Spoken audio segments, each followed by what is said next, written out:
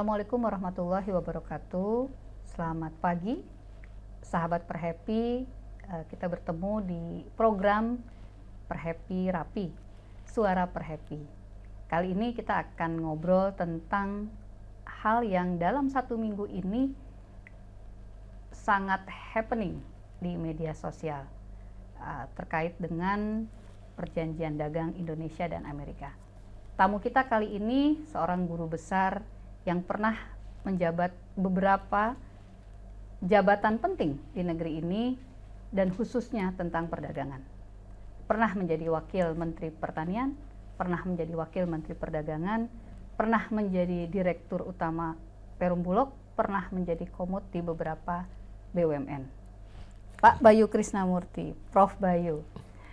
Selamat pagi, Prof. Selamat pagi. Assalamualaikum. Waalaikumsalam warahmatullahi Sehat ya? Insya Allah sehat. Ini bulan puasa hari ke-7.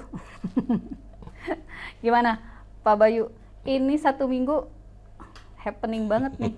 Sebenarnya begini, begitu banyak di media itu analisis, kemudian respon, dan opini yang mungkin kalau kita yang awam itu apa sih sebenarnya gitu ya. Kita ingin ngobrol saja sebetulnya sekarang ini tentang ART ini yang sekarang sangat ramai. Boleh dong cerita sebenarnya atau mungkin mulai dari sejarah perjanjian dagang Indonesia dengan Amerika seperti apa? Pak Bayu pernah lama sebagai Wakil Menteri Perdagangan. Oke, baik. Terima kasih. Pertama, perjanjian dagang semacam ini itu hal yang sangat lazim ya. Bukan sesuatu yang aneh ya. Dan Indonesia punya sangat banyak perjanjian dagang dengan berbagai macam negara. Saya lupa angkanya, tapi kurang lebih mungkin sekarang sekitar 150 dengan perdagangan dengan negara? berbagai negara di seluruh dunia. Dan modelnya juga macam-macam. Tidak ada yang katakanlah harus pakem, harus begini, harus begitu. Semua tergantung pada kesepakatan dari dua negara. Itu yang perjanjian bilateral. Ada juga yang perjanjian multilateral, jadi yang banyak negara. Di Indonesia sering kita dengar misalnya istilah-istilah seperti SEPA, Comprehensive Economic Partnership Agreement misalnya, atau FTA, Free Trade Agreement, ya. Dan yang lainnya. Jadi model ini sekali lagi adalah sesuatu yang memang ditempuh oleh pemerintah untuk membangun hubungan dagang dan investasi dan turisme. Seringkali tiga itu bergandengan. Tiga itu ya. Dengan negara-negara mitra kita. Gitu. Nah, di dalam perjanjian dengan Amerika yang terakhir menarik perhatian publik itu disebut ART, Agreement on Reciprocal Tariff. Di situ kata-katanya yang penting adalah reciprocal. Ya. Saling berbalasan. Saling berbalas, berbalas tarif gitu ya. Itu ada alasannya, ya kan? Ada alasannya karena Presiden Trump merasa bahwa pola perdagangan tidak adil. Yang dia sebut tidak adil, menurut versi Trump, itu adalah bahwa Amerika berada dalam posisi yang defisit. Defisit perdagangan. Defisit perdagangan. Ya. Jadi kalau ada negara yang posisi dagangnya dengan Amerika, Amerika defisit, jadi lawan dagangnya itu surplus, maka Amerika dalam hal ini Donald Trump menganggap itu tidak adil. Itu bisa menjadi diskusi sendiri karena memang terus terang ini baru pertama kali Amerika mengambil posisi politik seperti itu. Karena biasanya ya surplus dan defisit biasa-biasa saja. Kita bisa surplus dengan A, defisit dengan si B dan seterusnya biasa-biasa saja. Dalam posisi akhir balancingnya. Ya, yang penting pada level nasional, yang negara yang bersangkutan setelah dia gabungkan seluruh negara, dia mungkin harapannya paling tidak surplus atau ya kalau bisa break even. Nah, jadi itu sendiri sudah suatu yang kontroversial. Kenapa? Karena misalnya dalam teori ekonomi internasional itu ada yang disebut bahwa negara besar dan negara kecil. Ini bukan politik ya, tapi dalam perdagangan.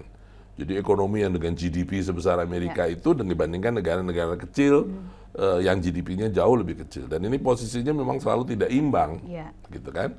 Nah, surplus dan defisit dengan perbandingan size semacam itu sangat bisa terjadi, lazim terjadi, gitu. Itu saya kira yang poin yang pertama dari reciprocal. Sehingga dengan Indonesia, Amerika defisit, kita surplus. Kemudian Presiden Trump, lagi-lagi ini di sini memang yang bikin menarik dari perjanjian ini karena Presiden Amerika kali ini sangat kontroversial ya. Dia dengan semena-mena langsung mengatakan Indonesia kena tarif 32%. Ya, yang pertama. Yang pertama, dulu, kan?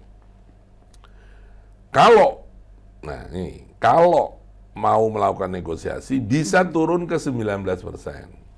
Gitu. Jadi kalau negosiasi. Maka pemerintah Indonesia melakukan pendekatan dan menempuh langkah itu, melakukan negosiasi. Dari 32 harapannya akan turun menjadi 19, kan gitu. Dengan negosiasi itu. Setelah berjalan 1,5 tahun, ya hampir 1,5 tahun ya, pokoknya sejak Trump dilantik lah, 1 tahun lah kurang lebih, itu sampailah pada keputusan kemarin itu, bahwa disepakatilah ART dan kemudian Indonesia akan dapat yang 19%. Gitu. Kenapa 19 sebetulnya? Nah, ini perhatian yang lain lagi yang membuat ini begitu menariknya. Kan angka itu bagaimana perhitungannya dan segala macam itu tidak pernah secara diskusi publik atau secara terbuka dibahas gitu ya. Ya suka-suka dia, kayak sama kenapa 32 gitu misalnya. Ya suka-sukanya Donald Trump aja, suka-sukanya Amerika. Dan kenapa jadi 32 ke 19, itu artinya minus 13% gitu kan. Itu pun bagaimana nilainya dan segala macam itu tidak dalam pembahasan yang secara terbuka. Saya tidak tahu apakah di tim negosiasi mungkin punya hitung-hitungannya, tapi paling tidak di publik kita nggak lihat bagaimana angka itu datang. Nah, intinya adalah dengan ART ini biaya masuk produk-produk Indonesia ke Amerika Serikat dari 32 ke 19 itu apa konsesinya?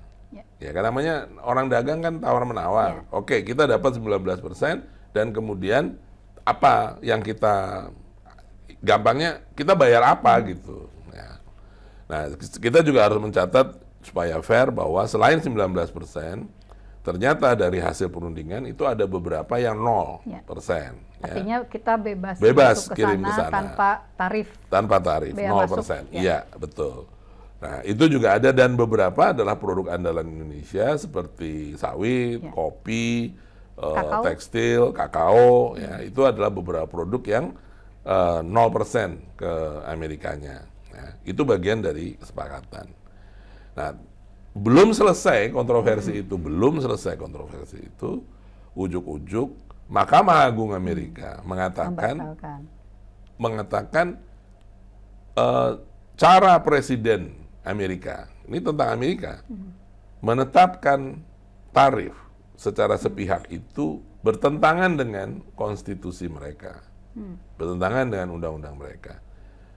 Kenapa? Karena menurut undang-undang mereka, penetapan tarif itu harus melalui parlemen.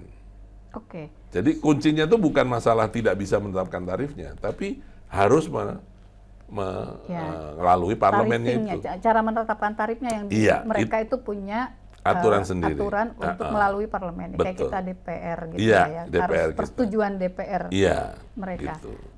Jadi itu yang kemudian membuat ini menjadi tanda tanya lagi, dan sehari setelah itu dinyatakan, Presiden Trump dengan serta-merta juga merubah lagi semuanya. Dia mengatakan bahwa sekarang seluruh dunia tarifnya 10%.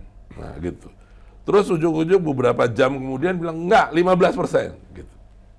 Dan itu ya secara begitu saja dia sudah umumkan.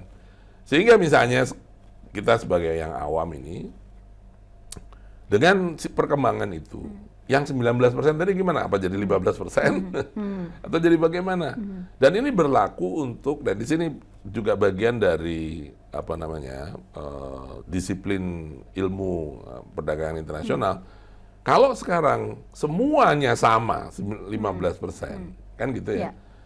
Maka Indonesia dengan negara lain posisinya masuk ke Amerika kan sama.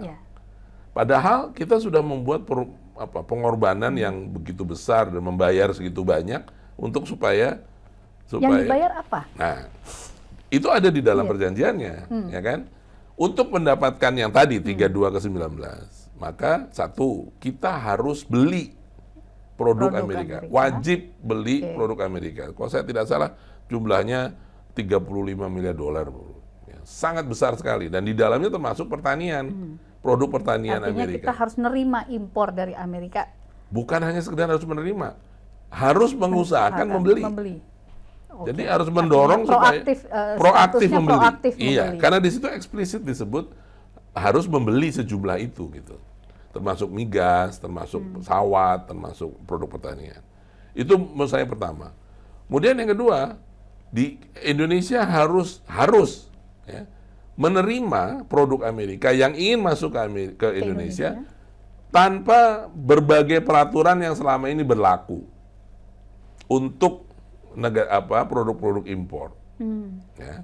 Misalnya halal. Selama ini kalau kita mengimpor produk dari luar, maka yang menyatakan itu halal atau tidak itu kita. Iya.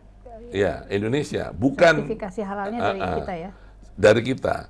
Kalaupun misalnya itu ada sertifikasi halal dari negara asal, maka MUI kita bekerja sama, kemudian memverifikasi dan kemudian menyatakan bahwa sistem halal negara itu bisa kita terima. Maka dia bisa mengirim barang ke sini. Dan itu biasa terjadi di mana-mana. Termasuk misalnya kerjasama karantina Indonesia dengan negara lain juga begitu. Jadi kita memverifikasi karantina mereka dan kemudian kita setuju, maka kalau sudah dapat sertifikat karantina dari negara asalnya, karantina kita akan menerima. Karena otoritasnya sebenarnya di kita tetap, gitu. Negara penerima ya. Negara penerima, gitu. Diberitakan bahwa sekarang institusi halal di Amerika sudah bekerja sama dengan MUI Indonesia dan sudah diverifikasi. Kita lihat nanti bagaimana, gitu kan? Itu misalnya contoh. Yang lain adalah, jadi kalau saya tidak salah di dalam dokumen ART itu ada lebih dari 200 item yang menyatakan Indonesia harus atau bahasa Inggrisnya Indonesia shall. Ya, Indonesia harus ya, shall bahasa Indonesia apa ya? Harus melakukan itu. Should, ya, kan? Tapi dari sisi Amerika itu hanya 9. Hanya 9 item. Jadi ini kan resiprokal namanya kan, timbal balik. Itu pasca yang turun ke 19 itu ya? Iya, jadi supaya turun ke 19, Indonesia ada 200 sekian, harus ini, harus ini, harus ini. Tapi kita juga kadang kita berunding, Amerika harus ini, harus ininya ada 9. Gitu. Artinya secara legal posisi sebetulnya posisi perundingan ini ya, posisi hasil perundingan. Iya, ini hasil perundingan, kesepakatan hasil perundingan. Nah, kalau diambil dari poin itu, tadi sudah dikatakan bahwa di Amerika sendiri harus mendapatkan persetujuan Kongres. Di Indonesia harus mendapatkan persetujuan DPR, harus diratifikasi, karena itu ada di Undang-Undang Dasar itu di Indonesia. Jadi sebetulnya kalau kembali Pak Bayu, itu penerapan 19 tadi 32 di awal gitu, sesungguhnya itu adalah offering atau tawaran awal dari Amerika, dalam hal ini dari Trump gitu, atau memang itu sebenarnya angka hasil negosiasi? Saya tidak tahu, jujur aja, ya. Tetapi yang saya tahu dari media, sekali lagi yang hanya saya lihat dari berbagai informasi yang terbuka, itu adalah offeringnya Trump. Ingat pada waktu Trump ada gambarnya dibikin daftar ini nanti jadi segini, nah itu 19 adalah yang dia katakan untuk Indonesia. Model seperti ini dalam diplomasi perdagangan internasional itu lazim. Ini adalah yang pertama. Belum pernah ada sebuah negosiasi perdagangan seperti ini. Mengapa? Belum pernah adanya. Paling tidak belum pernah ada satu negara, terlebih dalam hal ini Amerika, yang menerapkan tarif dan apa namanya, katakanlah hukuman unfairness itu pada sekian banyak negara sekaligus. Berat sekali, langsung dia puluhan negara dia kenakan tarif seperti itu, dan habis itu dia nunggu siapa nih yang datang kepada saya untuk negosiasi. Itu belum pernah kejadian, belum ada kejadian seperti itu. Terus kemudian yang kedua, apa? Diterapkan, kemudian dirubah, diterapkan lagi, ujung-ujung dirubah, diterapkan, dicabut. Begitu up and down, begitu loh. Dinamis. Mau disebut dinamis positif jadinya. Begitu nggak jelas gitu. Nah, ketidakjelasan ini sebetulnya yang kemudian belakangan dikhawatirkan menjadi ketidakpastian dari berbagai aspek pasca ini yang manapun diterapkan. Itu sebetulnya gimana Pak Bayu melihatnya dalam perspektif ekonomi pertanian ya? Kalau saya lagi-lagi ketidakjelasan itu nyata dan benar-benar terjadi. Ya, itu bagian dari risiko yang memang sebetulnya harus dihitung. Ya, kalau saya sih ini kan very much the character of the person jadinya. Karena memang kalau yang kita dengar lagi-lagi di media, di sana tuh memang betul-betul hanya keputusan presiden. Bagaimana Presiden Trump memutuskan segala sesuatu itu. Yang lain kemudian ngikutin gimana, baru presiden maunya gini diikutin. Ini baru proses, ujung-ujung beliau berubah lagi, ya udah ikutin lagi. Tapi ya begitu, jadi menurut saya ini adalah bukan sesuatu yang, bukan resiko ketidakpastian ya. Kalau saya, ini adalah karakter dari proses perundingan ini gitu. Nah, ya terus kemudian yang kita bisa kontrol kan kita. Kita nggak bisa kontrol itu kan. Kita bisa kontrol kita, bagaimana kita bersikap gitu. Jadi kalau saya melihatnya bahwa ada suasana seperti itu di Amerika. Dan tentunya Amerika adalah mitra dagang penting sekali buat Indonesia, salah satu yang terbesar. Jadi kita harus juga selalu memperhatikan itu. Nilai perdagangan, sorry Pak Bayu sedikit, nilai perdagangan kita dengan Amerika itu saya nggak hafal yang angka yang terakhir. Kalau dilihat dari ranking? Kalau nggak salah nomor 3 atau nomor 4. Ya, jadi memang besar ya. Jadi kita harus merhatikan itu, tetapi pada saat yang sama kita juga harus punya plan B, plan C-nya gitu kan. Ya. Tidak bisa hanya mengandalkan hasil dari perundingan ini. Kita harus bisa melihat misalnya, alternatifnya apa? Bagaimana pasar-pasar yang lain? Bagaimana kita mendiversifikasi dan memperluas pasar itu dan seterusnya. Dan harus kita ingat bahwa perdagangan internasional itu bukan posisi absolut, bukan hanya Indonesia Amerika, tetapi selalu posisi relatif. Bagaimana negara lain terhadap Amerika dibandingkan Indonesia terhadap Amerika. Dan sebaliknya, bagaimana Indonesia dari mata Amerika dibandingkan negara lain dari Amerika. Jadi selalu posisinya adalah Indonesia dan negara lain dan Amerika. Jadi ini yang harus kita hitung selalu. Karena kalau tidak, nanti kita seperti capek sendiri, ngeluarin biaya terlalu besar sendiri, padahal orang lain tidak harus mengeluarkan sebesar itu, dia mendapat manfaat yang sama gitu. Yang seperti sekarang ini. Kan saya tidak tahu artinya Presiden Trump mengatakan 10%, kemudian 15% itu kan berlaku untuk semua negara katanya. Ya, itu juga belum pasti. Nah, bayangkan, untuk jadi 32 ke 19, kita mengeluarkan sedegian banyak konsesi, ya kan? Orang lain yang mungkin sebelumnya 32 juga, ujung-ujung jadi 15 tanpa mengeluarkan konsesi apa-apa gitu kan. Gitu. Itu menurut saya yang benar-benar harus dipetakan. Dalam hal ini sebenarnya positioning Indonesia ya, dari kan mungkin kita juga harus melihat Amerika dengan negara lain untuk penerapan kebijakan atau agreement yang sama ini gitu ya. Sebetulnya kalau dengan seperti saya pernah baca, Indonesia itu seperti dianggap kawan, dikasih tarif, tapi sebetulnya dia lebih menguntungkan dibanding Amerika menerapkan tarif pada negara yang lain. Benar nggak sih kayak gitu? Enggak juga ya. Saya kira pertama Indonesia itu negara besar. Bagaimanapun kita nomor 4 terbesar di dunia dari sisi jumlah penduduk. Di G20 misalnya kita sekarang sudah nomor 8 atau nomor 7 terbesar ekonominya. Ya. Terus kemudian kita punya banyak sekali hal yang sebenarnya dibutuhkan oleh Amerika seperti seperti tambang kita, mungkin juga produk-produk kayak tekstil dan lain-lain yang sebenarnya dibutuhkan oleh Amerika gitu. Artinya daya tawar kita sebenarnya Nggak kecil. nggak kecil nih. Iya, dibandingkan negara-negara lain kita Harusnya nggak kita kecil. punya Kita harus bisa punya bargaining posisi. yang Iya, itu. Jadi saya kira ini adalah hal yang belum selesai, dan saya tidak berpretensi bahwa kemudian kita bisa menganalisanya secara tuntas apa yang terjadi sekarang. Misalnya sekarang kan kita tahu dia secara ekonomi dua superpower di dunia, Amerika dengan Cina. Kita juga bermitra dagang dengan Cina dengan sangat luar biasa, dan kalau tadi Amerika nomor 3, nomor 1-nya Cina bagi Indonesia, gitu kan? Jadi menurut saya ini sekarang posisi relatifnya menjadi berubah-ubah dengan adanya tarif dan sebagainya.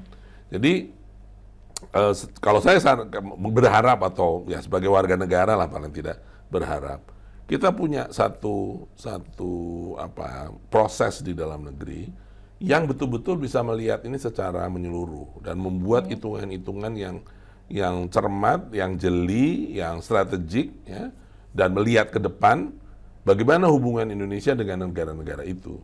Belum juga misalnya kita adalah leader di ASEAN. ASEAN itu gede lagi sendirian, gitu.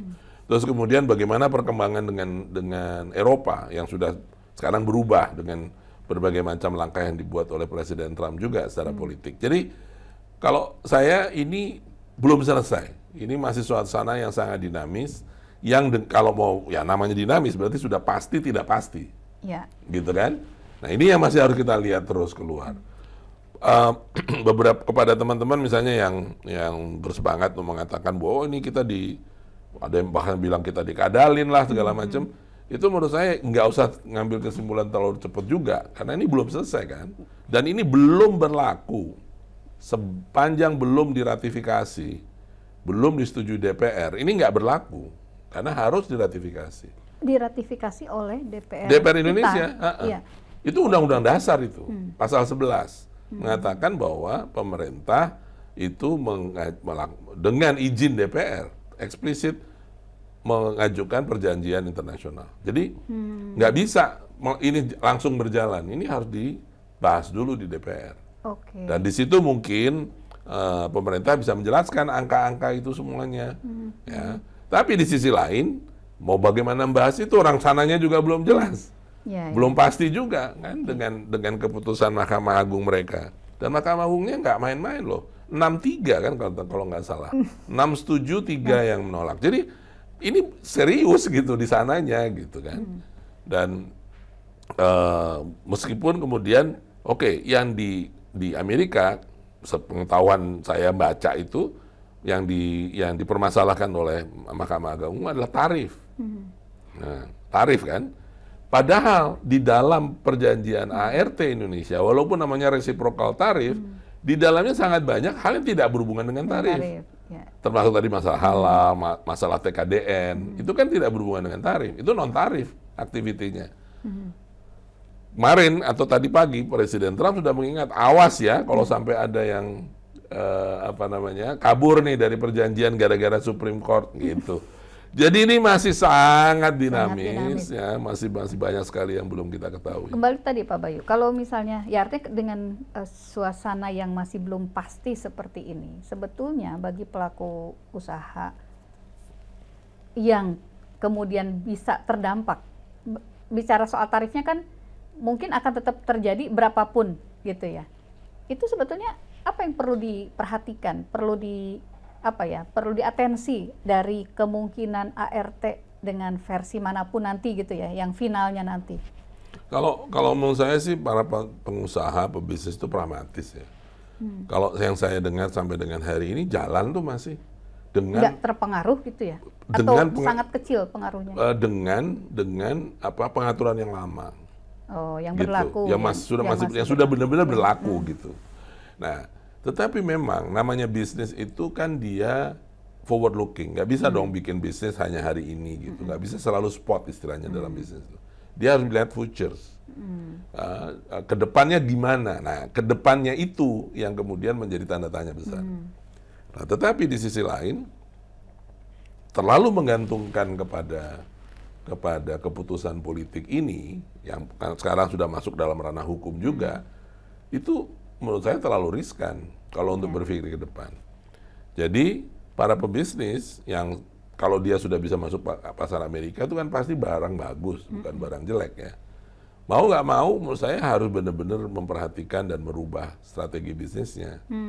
Pasar Amerika tetap potensial, pasar Amerika tetap besar, ya. Tetapi menggantungkan pada pasar Amerika dengan ketidakpastiannya, menurut saya adalah hal yang terlalu riskan. Jadi dia harus sudah mulai melakukan diversifikasi, alternatif dan lain-lain. Itu menurut saya adalah hal yang tidak bisa dihindari. Itu bagi eksportir ya, Pak Bayu ya. Yeah. Kalau bagi yang mungkin akan terdampak dengan tadi konsesi yang harus diberikan Indonesia dengan tarif itu, kan berarti akan yang kemungkinan terdampak ya kalau sekarang kita mulai banyak lah pada peternak lokal dan lain-lain gitu ya. Sebetulnya yang harus dilakukan pemerintah Indonesia wabil khusus yang membidangi begitu ya sektor-sektor yang akan terdampak ini. Ya, kan kita selalu menganut prinsip bahwa pemerintah itu satu. Ya, kalau kesepakatan dagang itu sudah apalagi disetujui dan bahkan ditandatangani, atau saya tidak tahu siapa yang tanda tangan tapi disaksikan oleh Pak Presiden, ya berarti seluruh pemerintah harus ikut, nggak bisa enggak kan gitu.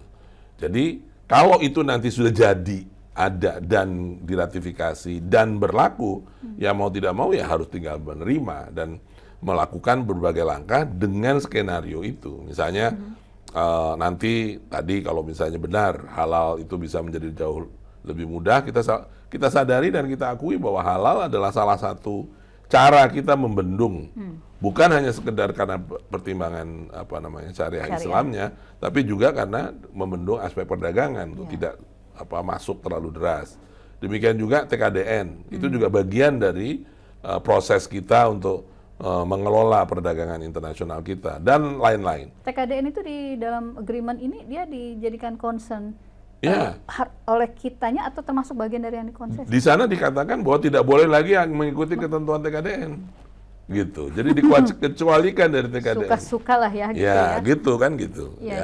Jadi ini menurut saya yang kita lihat. Jadi bagi Indonesia memang saat ini kalau sepengetahuan saya, sependek sepengetahuan saya, ini belum berlaku, gitu.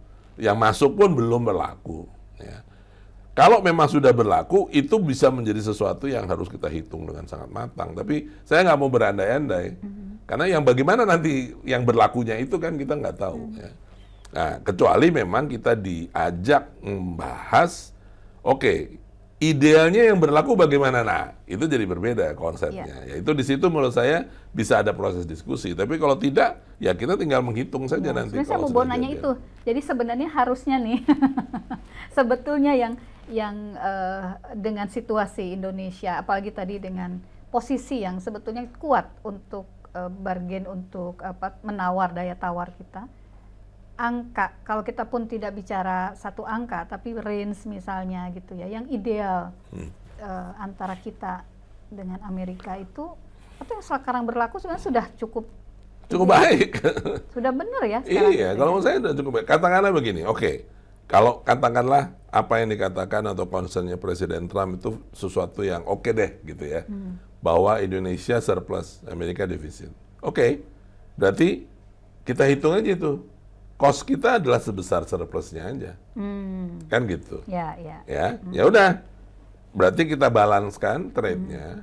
Tetapi hal-hal yang berkaitan misalnya dengan petani kecil, UKM dan lain-lain, gitu ya jangan nggak usah diganggu, nggak usah dilibatkan. Kan urusannya hanya di masalah surplus. Surplus itu kan artinya kita katakanlah tidak terlalu banyak atau mengurangi ngirim atau lebih banyak beli kan gitu. Nah ya sudah. Mari kita cari dari situ apa yang bisa kita lakukan.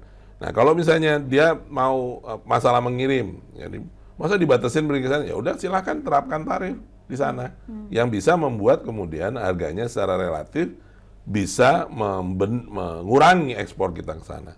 Terus bagi kita apa konsekuensinya? Ya harus mencari pasar lain yang mindahin pasar ya, cari pasar baru. Iya, gitu. Jadi mencari dan melihat posisi relatif kita dibandingkan negara lain gitu. Atau ya kita mencoba untuk melakukan hal-hal lain yang di sana belum yang selama ini kita belum lakukan dan kemudian yang tidak termasuk dalam perhitungan itu. Tapi masalah surplus dan defisit ini pun sebenarnya tidak fair kalau hanya dilihat dari perdagangan barang. Kita dengan Amerika jasanya tuh defisitnya gede banget. Bahkan defisit kita di perdagangan jasa lebih besar daripada surplus kita di perdagangan barang. Perdagangan barang dan jasa ini nggak ada yang akumulasinya ya, Pak Bayu? Nggak ada. Ada cuman ada yang namanya di balance of payment. Nah, di balance of payment kita defisit dengan Amerika. Jadi misalnya kita jasa yang terbesar tuh apa ya? Entertainment salah satunya. Netflix. Netflix, anak-anak muda happy nih. Iya, Netflix. Termasuk juga WhatsApp, Google, Zoom, itu semua tanpa disadari sebenarnya itu besar sekali nilainya, gitu kan? Nah, terus misalnya, mau ditambahkan apa yang ditambahkan? Tambahkan salah satunya misalnya kalau mau, maksudnya Indonesia belanja lebih banyak gitu. Itu turis. Kenapa enggak Amerika mempermudah turis Indonesia masuk Amerika?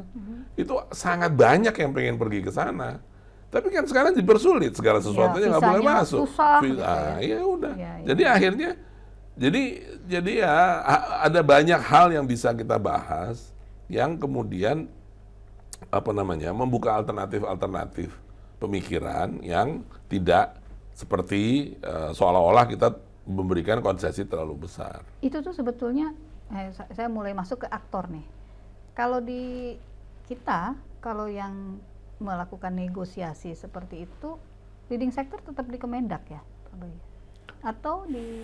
Ya, kalau yang sekarang yang kita lihat kan, yang memimpin negosiasi kan Pak Airlangga, Menko ya. Perekonomian. Ya, artinya itu masih di situ ya. Ya, saya kira wajar juga ya, karena bukan hanya perdagangannya, kan ada investasi, ada turisme, ada industri, ada pertanian, ada macam-macam di bawah Pak Menko. Saya kira sih kalau dilihat dari para pelakunya, saya kira sudah memang sebagaimana seharusnya gitu.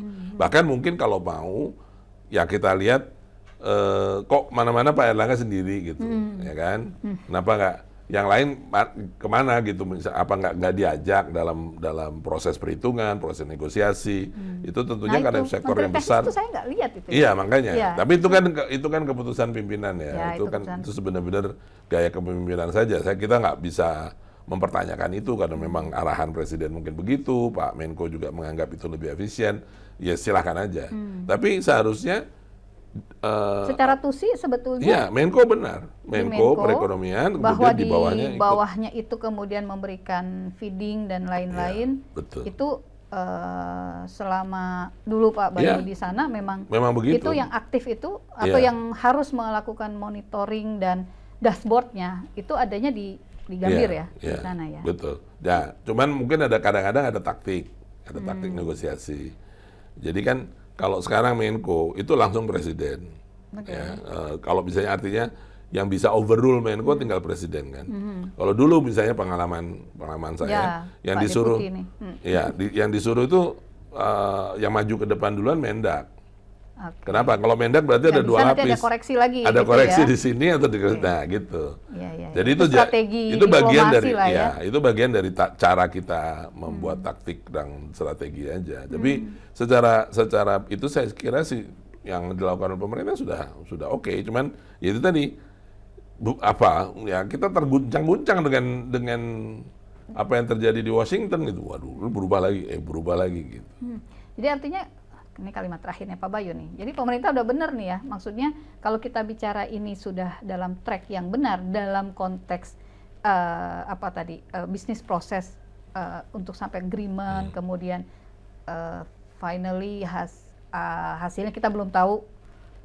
Artinya yang kemudian perlu kita jagain nih kita sebagai atau Perhappy lah, sekarang kita bicaranya Perhappy. Ini saya sebenarnya ngomong sama Perhappy muda nih Pak Bayu nih. Kan teman-teman Perhappy muda ini tadi barusan kita dapat kuliah nih 2 SKS dari Pak Bayu, sehingga kita bisa dapat banyak hal gitu dan mungkin yang diperlukan seperti apa para akademisi yang seharusnya mungkin bisa memberikan masukan diperlukan tidak diperlukan misalnya gitu ya, tentu punya tanggung jawab untuk para lembaga profesi seperti Perhepi, AAI gitu kan. Itu di mana ya? Sebetulnya kita mesti masuk di mana dalam Jadi hal gini, ini? tadi yang sebenarnya yang boleh ditanyakan itu yang penting, yaitu kalau kita di kalangan akademisi dan profesional, kan kita paling tidak meminimumkan dimensi politiknya. Yes. Kita meminimumkan pertimbangan geostrategisnya. Kita betul-betul masuk ke dalam, katakanlah trade, ya, pertukaran barang dan mungkin jasa di dalamnya. Nah, yang mungkin kita bisa bantu itu hitung kalau misalnya katakanlah skenarionya seperti yang ada dokumen yang sudah beredar sangat luas tentang naskah ART itu, hitung coba dampaknya kira-kira seperti apa. Kita tahu perdagangan itu ada selalu jual beli, ya kan? Selalu ada demikian. Jadi memang mungkin kita akan punya manfaat. Ya, yang tadi kopi, sawit itu tetap nol. Tapi di sisi lain kan selama ini nol atau selama ini kecil. Ya, artinya apakah akan timbul nilai tambah terlalu besar? Ya, kalau negara lain kena tarif gede. Ya, ya kan? itu. Ya. Nah, itu harus dilihat gitu kan. Nah, tapi kalau ternyata negara lain tidak juga, sama juga tarifnya, ya nggak ada bedanya. Di sisi lain, cost yang sudah kita keluarkan, jadi yang kita harus beli ini, itu kan real cost gitu. Angka-angkanya jelas dan angka-angkanya besar. Belum lagi misalnya nanti secondary effect dari perdagangan itu ke hidup matinya peternakan rakyat, hidup matinya usaha kecil dan lain-lain. Multiplier effect dari aktivitas itu bagaimana? Dan itu harus dihitung. Ini kalau di Perhepi saya kira cukup banyak ahlinya untuk misalnya ini standar I/O model nih, gitu input kan? Output. Nah, iya kan? Itu misalnya salah satu assignment pertama yang segera bisa dilakukan. Dan kemudian ya kita bahas lagi nanti di dalam masing-masing item itu kira-kira dampaknya seperti apa.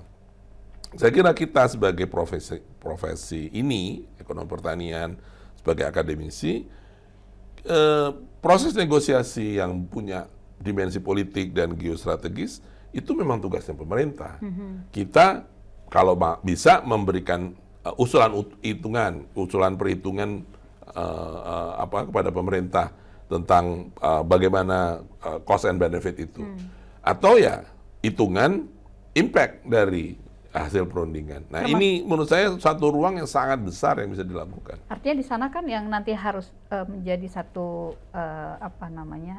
output dari masukan itu termasuk memberikan sinyal untuk mitigasi if gitu kan, bla bla bla gitu, maka yang ini. Jadi saya kira yang kita perlu sampaikan, mungkin pesan besarnya adalah bahwa ini kan yang muncul itu adalah sekarang itu kan cuma nolak atau nerima gitu ya Pak Bayu. Jadi yang kita lihat itu ini menunjukkan bargaining yang sangat lemah dengan Amerika gitu kan satu sisi. Ini kita menjadi bahkan dibilang anteknya Amerika kan gitu. Tapi tadi yang Pak Bayu ajak gitu untuk sampai bantu menghitungkan gitu. Logikanya kan di pemerintah sudah ada yang ngitung juga dong Pak Bayu ya, gitu kan harusnya ya. Tapi versinya gitu, versi lembaga profesi gitu-gitu, itu kan salah satu juga bisa dipertimbangkan untuk masuk pada mitigasi risiko yang katakanlah tadi tarif manapun gitu, kan yang itu bisa dilakukan ya? Bisa dilakukan ya, meskipun kemudian kita juga tidak bisa memungkiri kalau misalnya ternyata hasil kesepakatan ini memang besar di cost daripada di benefit, ya itu juga harus bisa kita tunjukkan. Nah, itu. Ya kan? Dan kalau memang ternyata demikian, maka mitigasi itu menjadi sesuatu yang mungkin ya masih bisa dilakukan, tapi tidak bisa menghilangkan kan biaya itu secara teori ekonomi kan nggak bisa dihilangkan, dia hanya bisa dipindahkan. Yeah. Nah, jadi kalaupun misalnya kita melakukan mitigasi, ya kita harus sadari bahwa there will be a cost to our economy gitu. Dan itu harus juga kita sadari bersama. Mitigasi itu mungkin bukan hanya untuk pemerintah ya, tapi justru untuk pelaku usaha di lapangan bahwa kalau begini gitu ya, kalau ini yang diambil nanti atau tadi lebih besar mungkin aspek politiknya dibandingkan kemudian ekonominya, hitungan ekonominya maksudnya, hitungan politiknya lebih tinggi, maka tentu yang harus kita berikan sinyal kepada pasar, kepada masyarakat, pelaku di sektor real begitu ya Pak Bayu ya. Itu bisa dilakukan sebetulnya dari Betul. hasil itu. Jadi sekali lagi kalau saya sekarang terakhir mungkin perundingan ini sudah berjalan tapi belum selesai. Catatan pertama, Belum selesai ya. Kemudian yang kedua, yang mungkin catatan juga yang sangat penting, ini belum berlaku. Gitu kan? Belum berlaku sampai dengan diratifikasi dan dinyatakan ini berlaku gitu. Baik Amerika maupun Indonesia gitu. Nah, sambil menunggu itu, sambil menunggu proses itu semua, entah bagaimana ujungnya karena kita tidak tahu. Maka gambaran besar keinginannya Amerika itu sudah kelihatan dengan ART. Demikian juga gambaran apa yang kita dapatkan dari perundingan ini sudah kelihatan. Jadi sebagai profesional, sebagai akademik, bagi orang-orang ekonomi pertanian, kita harus bisa mulai menghitung, bisa mulai membuat simulasi, kita membuat skenario, kita membuat modeling untuk bisa ini kira-kira dampaknya bakal bagaimana kepada petani, kepada usaha-usaha pertanian kita, bagaimana di peternakan, di perikanan mungkin juga yang terkait. Saya tidak lihat di dalam perjanjian itu ada soal udang karena kita ekspor udang kita gede ke sana itu ke Amerika. Saya tidak tahu, saya dari 45 halaman itu saya belum ketemu kata udang atau mungkin udang sudah kena sebelumnya, itu juga nggak tahu. Itu semua harus kita lihat, kita betul-betul bahasa Jawanya itu dipetani, dilihat satu-satu dengan cermat dan kemudian mencoba dihitung dan kemudian nanti dari sana hasilnya kita sampaikan kepada pemerintah dan kepada publik. Publik itu artinya bagi pelaku usaha. Bahwa misalnya, ini akan ada manfaat bagi Indonesia besar, tapi mungkin hanya sektor-sektor ini yang dapat manfaat, gitu kan? Sedangkan cost-nya ada di sektor yang lain. Nah, sektor yang dapat manfaat mungkin juga sebagian pertanian, sektor yang mendapatkan dampak itu juga mungkin pertanian, sehingga dua-duanya kalau dengan hasil pertimbangan kita yang matang tadi bisa apa yang harus dilakukan di masing-masing gitu menghadapi suasana itu. Jadi saya tidak mengajak untuk semuanya kita sekarang sudah langsung jump to conclusion first ya. Tapi sebaliknya mari kita coba betul-betul mencermati ini secara baik ya, walaupun kalau dilihat dari tadi Indonesia harus ada 200 kali lebih. Amerika harusnya cuma 9 gitu. Rasanya gini amat gini amat gitu ya. Berarti kan satu lagi juga nih dengan tadi proses ratifikasi yang harus selesai dulu di DPR kita ya. Salah satu mungkin pintu yang bisa dimasuki teman-teman profesi ketika selesai menghitung itu ke sana ya. Iya. Ya, mereka kan wakil kita, suaranya kan dari harusnya lewat mereka. Kayaknya kita besok kita undang dari DPR untuk untuk ngobrol begini. Sudah sampai mana gitu ya, sudah baik. Oke deh, ini kayaknya Pak Bayu ada pesan buat para perhappy muda? Kalau pesan saya pada para perhappy muda,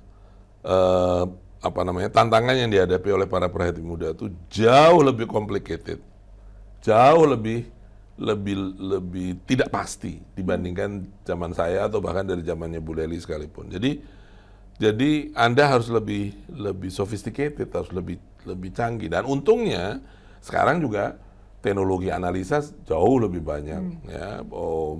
Bahkan AI bisa kita pakai dan lain toolsnya banyak gitu ya. Dan seperti sekarang juga banyak nih kalau kita lihat yang depan ini. Saya baru mau bilang. Ini kan di UIC kita. Jadi ini adalah salah satu jagoan digitalnya di Indonesia di perguruan tinggi. Jadi itu sangat membuka kesempatan bagi kita untuk melakukan analisa terlibat dalam diskusi-diskusi untuk tempat-tempat yang jauh. Jadi menurut saya pesan saya adalah teruslah mengembangkan diri, sadarilah bahwa tantangan Anda lebih besar daripada zaman kami dulu. Ya memang seharusnya begitu, ya seharusnya demikian. Tapi ya juga peluang dan kesempatannya terbuka luas untuk bisa berperan dan memberikan kontribusi. kasih Pak Bayu. Nah, ini saya mau closing nih. Jadi sesuai dengan tagline-nya Perhappy, kita semua berharap agreement ini bisa memberi kesejahteraan. Ini kan tadi jangan jumping kalau kata Pak Bayu ya, tapi paling tidak gitu. Perhappy sangat punya concern untuk kesejahteraan petani, dan petani diantaranya adalah Anda calon-calon generasi muda, Perhappy muda. Nah, kita terus semangat untuk ikut tadi kata Pak Bayu, berkontribusi dengan apa yang kita punya hari ini, dengan apa yang kita bisa hari ini. Baik, terima kasih sudah menyaksikan Suara Perhappy kali ini dengan Prof. Bayu Krisnamurti, didukung oleh Universitas Insan Cita Indonesia. Terima kasih, sampai ketemu. Assalamualaikum warahmatullahi wabarakatuh. Waalaikumsalam warahmatullahi wabarakatuh.